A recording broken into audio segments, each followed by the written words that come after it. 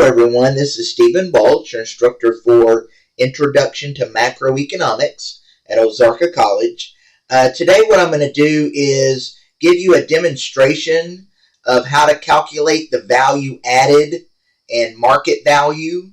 One of your questions on your chapters 5 and 6 assignment is going to require you to do these types of calculations where you're trying to figure out how much value is added through the different stages of production, and it's going to give you basically a table, and it's going to give you the stage of production and the sell price for each stage of production, and then it's going to ask you to figure up the cost of the intermediate goods and then the value added for each of those, and then you're going to add all those value added figures together to get the final market value of the final good.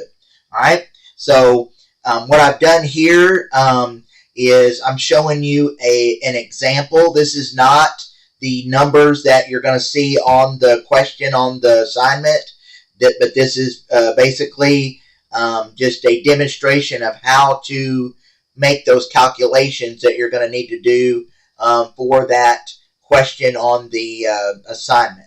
All right. So here what I've done is I've created a table, just again example numbers here, just samples. So we've got stage of production from miner, producer, wholesaler to retailer. And then the second column is the sell price.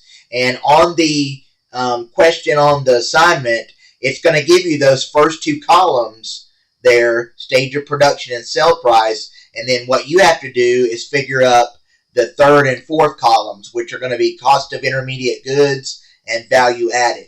Now, as a part of the assignment, to make it a little bit more convenient for you, I've added a table that has all the required columns on it, and it basically explains how to make the calculations. But I just thought I would kind of do a demonstration here just to make it a little bit easier for you to understand how you're going to actually make these calculations on your assignment. So to get the cost of intermediate goods, basically all you're going to do there is look under the sell price, and whatever the sell price it was for the previous stage of production, that's going to be your cost of intermediate goods. For example, the cost of intermediate goods, what it's costing the producer to buy from the miner, or the producer, basically the miner of whatever they're mining, whether it's metal or whatever it is, it really doesn't matter. But at that stage of production, they're basically selling what they're mining to the producer for $10. So the cost to the producer of that is $10. Okay, so that's where I got the $10 there. You're just looking at the previous stage of production because that's what it's going to cost the producer. All right, then so you do that all the way down. So the cost to the wholesaler is $30 because that's what the producer charges the wholesaler, and then for the retailer it would be $50 because that's what the retailer, how much they buy it from the wholesaler for. Okay, so you have to get the cost of intermediate goods first because the value added, which is what you're going to need to get the final market value of the good, is going to be the sale price minus the cost of intermediate goods. So to get the value for the miner, it's going to be basically $10, which is what their sale price is, minus 0, which, because they're the first step in the stage of production. So it'd be 10 minus 0, which is $10. Okay, so the value added for the miner is $10.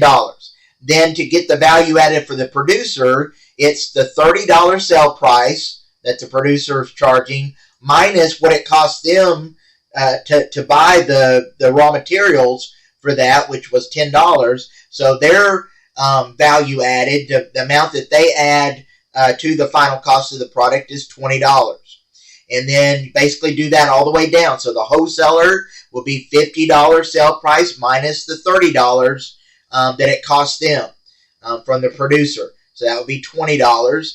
And then for the retailer, it would be 65 minus 50, which is 15. Now, once you get all the value added calculations for each stage of production, you need to add all those together to get the final market value of that good. And in this case, it would be 10 plus 20 plus 20 plus 15, which is $65. Now, once you get that number, once you get the market value of the final good, and you're going to need to do this on your assignment question, don't just get the value added. I also want you to add all those together and get the market value of the final good. And so once you get that, you're going to need to check that and make sure that it equals the sale price for the last stage of production, which in this case is the retailer.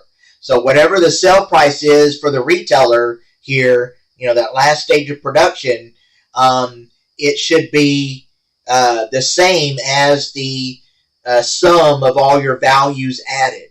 Okay, and once you do that, you verify that, then that's basically what I want you to do for that particular assignment question. Okay, and like I said, I have included a table that I want you to use to complete this. Once you complete the table, just copy it and paste it into your assignment, and then you'll have it. Okay. If you have any questions as you're working on this, just let me know. I'll be glad to answer any questions that you have, but it's really not that difficult as long as you follow these basic instructions. So I will talk to you next time. Thank you.